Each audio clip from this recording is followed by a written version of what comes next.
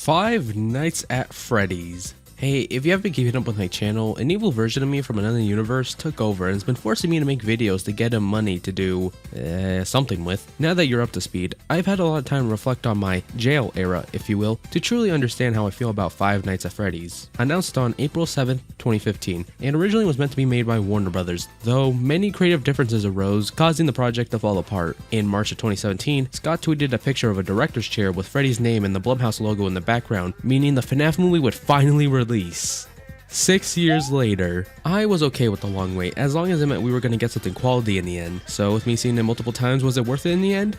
Yes. Kinda. Alright, before you dislike the video and leave a pipe bomb in my mailbox, I'll quickly say if you enjoyed the movie, be sure to like the video and maybe leave a comment about your opinions. While you're down there, consider subscribing, following my Twitter, and joining the Discord server to meet amazing people. I will 100% be talking spoilers, so you have 5 seconds to leave if you still haven't seen the movie. 5, 4, 3, 2, 1. Five Nights at Freddy's stars Josh Hutcherson as Mike Schmidt. After being fired from his last job, he desperately needs money to support himself and his sister Abby, so takes the position of a night guard at Freddy Fazbear's Pizzeria. The reason he got fired, however, is because he suspected a man of kidnapping a child, which only turned out to be a kid and his dad. It brought him back to his trauma where as a kid he saw his brother get kidnapped by a mysterious man. It was the dude who gave him the gig. I feel like even non-FNaF fans could see this coming, but I'm getting ahead of myself. Mike is deep into a dream theory, nice, since he believes that because he saw his brother get kidnapped, somewhere in his brain he can identify the kidnapper by dreaming the scenario every night and trying to pick up clues he might have missed out on. While this has a flimsy connection to Freddy's, I still really enjoyed Mike as a character, learning that he should move on from this event and be focusing on the sibling he still has. He kinda has to, since problems regarding custody of Abby arise with their Aunt Jane, wanting to take her in as she sees Mike as unfit. I'm so glad that her name is Jane and not Karen. With the way she acts, she so could have easily been named that. Thankfully, they don't do that. Jane is joined by her lawyer, Doug, and you guys don't understand how much I love Doug. I wish he was the one surviving in the pizzeria. Speaking of which, when we get to that part of the movie, Mike soon realizes he won't be alone these 5 nights, as he'll be joined by an important female who drives the plot forward while also pausing it for the mystery to develop. His sister. Okay, and Vanessa too. Since I brought it up, I'll quickly summarize how I feel about Abby. She does a good enough job for a child actor, and I felt the connection between her and her brother. Vanessa, I found myself really enjoying, not for any particular reasons. Yes, mommy. Okay.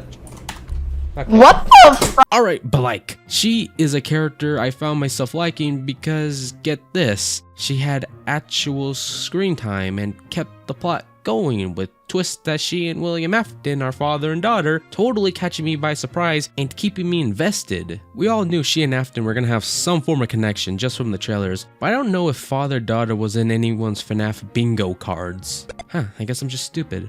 This twist makes sense, I think. Since she is the daughter of the one who caused all this, she could have learned over time how to handle herself when it comes to the animatronics, unlike the usual night guards who come and go. By go, I mean die. Speaking of that, let's go over my biggest negative being the kills. The director has confirmed that the movie has no plans for a rated R cut and that the movie is perfect as PG-13. Heck, a lot of people online were even agreeing with this, saying how a PG-13 movie won't limit it and that the movie can still give us some great horror. After watching the movie? Yeah, no, everyone's saying that was completely wrong. This movie actively feels like it's being held back by the rating, since there are so many shots of a person getting attacked and it just being left to the imagination what happened. Of course, sometimes we'll see what's going on or the aftermath, but it doesn't seem like I'm watching the best version of it. Like, come on, you guys are telling me you wouldn't want to see what this thing could do? I'm not saying no blood or gore equals automatically bad. If they didn't want to do that and instead focus on other things to scare the audience, then I would have completely respected that. The problem is, they don't do that. So we're left with cool things that we can't see because of the rating. This also leads me to the negative that the scares themselves are either non-existent or... You know what? Yeah, no, just non-existent. Boo. Ah! Okay, that wasn't even a good jump scare. Oh right, that's the guy who took over my channel and was holding me hostage. I didn't mean to interrupt. Keep doing your review. I'm almost ready for you. Huh? To what? Hang on, what was I talking about?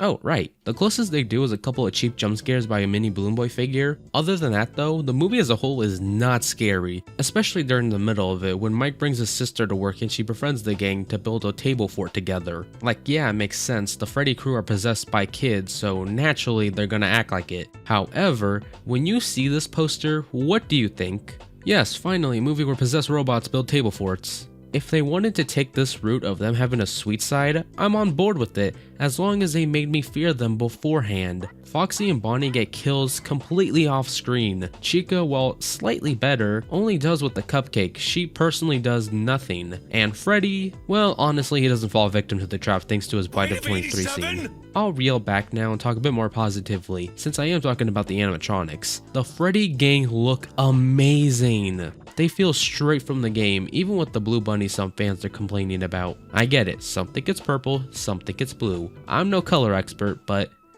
that's a bunny. The animatronics as a whole, I adore how well their designs translated from game to movie. The fact they went practical for these guys is also very appreciated, as the people in these suits did an amazing job. The added sound effects made it so that sometimes I couldn't tell if it was an actual animatronics, puppetry, or someone in it. Blumhouse in this element knocked it out of the park, proving why they were worthy of handling the project, as any other studio would CGI most, if not all of it. Blumhouse isn't the only one knocking stuff out of the park, as the Newton brothers did a stellar job with the soundtrack. It really captures the vibe of the games while feeling grand for a motion picture. I have been listening to the theme done by them even while writing this script. There's also licensed music that the Fazbear crew perform, like Talking in Your Sleep, which was such a clever touch that fits the movie. Another positive element would have to be the set designs. This pizzeria looks amazing, even at its worst. The attention to details plus Easter eggs make me want to stay there and live! Oh, Springtrap.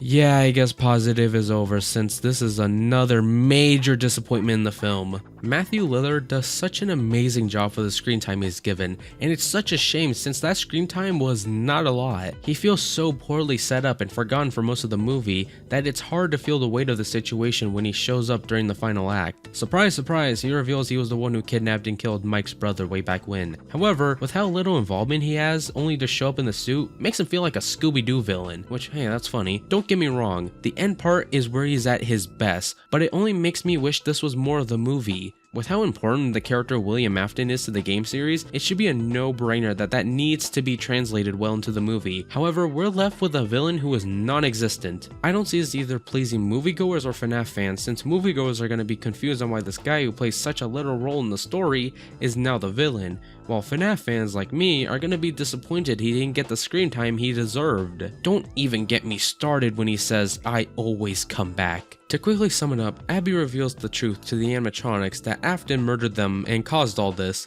so they get the revenge by having him spring locked, which was something explained earlier. As he gets spring locked though, he says the line, but like, what do you mean? What do you mean you always come back? You can't come back if you were never there in the first place. Overall, I'm just really let down by William Afton as a character in this movie. Matthew Lillard though gave it his all, and I couldn't love his performance more. Overall, how do I feel about the Five Nights at Freddy's movie? I might be able to word this better in the future. For now, it's a great love letter to fans of the series. However, as a movie, it's got major flaws that's holding it back from being amazing. I get the promos were saying how they were making this movie for the fans, and that is very much appreciated, but that shouldn't be used by anyone to counter criticism. Why not make a movie that casual people can enjoy? Wouldn't it be kinda cool to hear some random person talking to their friend about how cool the Five Nights at Freddy's movie was, without even being that big of a fan of the games? If you guys wanted some sort of rating, I'd have to give you two answers. As a movie experience, I'd give it a 7.5 out of 10, but as a FNAF fan, I'd give it a 9. While there are no plans for an arc cut, if something like that does happen and they were to sprinkle in more Afton, not hold back on the blood, and provide a good scare hero there, I'd be more than happy to bump up my score. What we have now though is a film I very much adore. The references to Scott's older games, cameos of well-known content creators in the FNAF community like Corey and MatPat, to even having the Living Tombstone song at the end of the credits. That all made me so happy I waited and got to experience the movie in the end. I love the Five Nights at Freddy's series so much, and this channel shows just how much I mean that. And you know what? I'm not gonna let anyone take that from me. Come on, Blueberry. I'm ready for you. Behold, this is my universe teleporter. Since you were able to make enough money, I took all your ad revenue and built this machine. It's a shame though we didn't have enough money to paint it red. Oh well, at least the machine works. So with it, I'll be 100% taking over your channel now. But as for you, you'll be going to my universe. Think of it like we're trading lives, except I'm kinda stealing yours. Kinda stealing? Dude, is your thing just to understate the situations you put me in? I'm done letting you push me around. Trying to fight back, are we? I must say it's unsurprisingly pathetic. Who do you think you are? I'll tell you what, you're weak, worthless, and who's knocking at the door? We had money for the red paint. I just thought I'd invest that money into something else. Why don't you get it for me? My hands are a bit tied right now.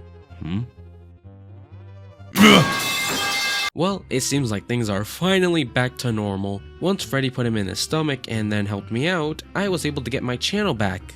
Red seems like he'll be getting what he deserves. I'm sure he'll pop up again at some point though, but let's just enjoy the time we have without him now. I for one will be doing that and enjoying the future like Help 1 and 2 and whatever FNAF has in store. My plans ruined. How could this day get any worse?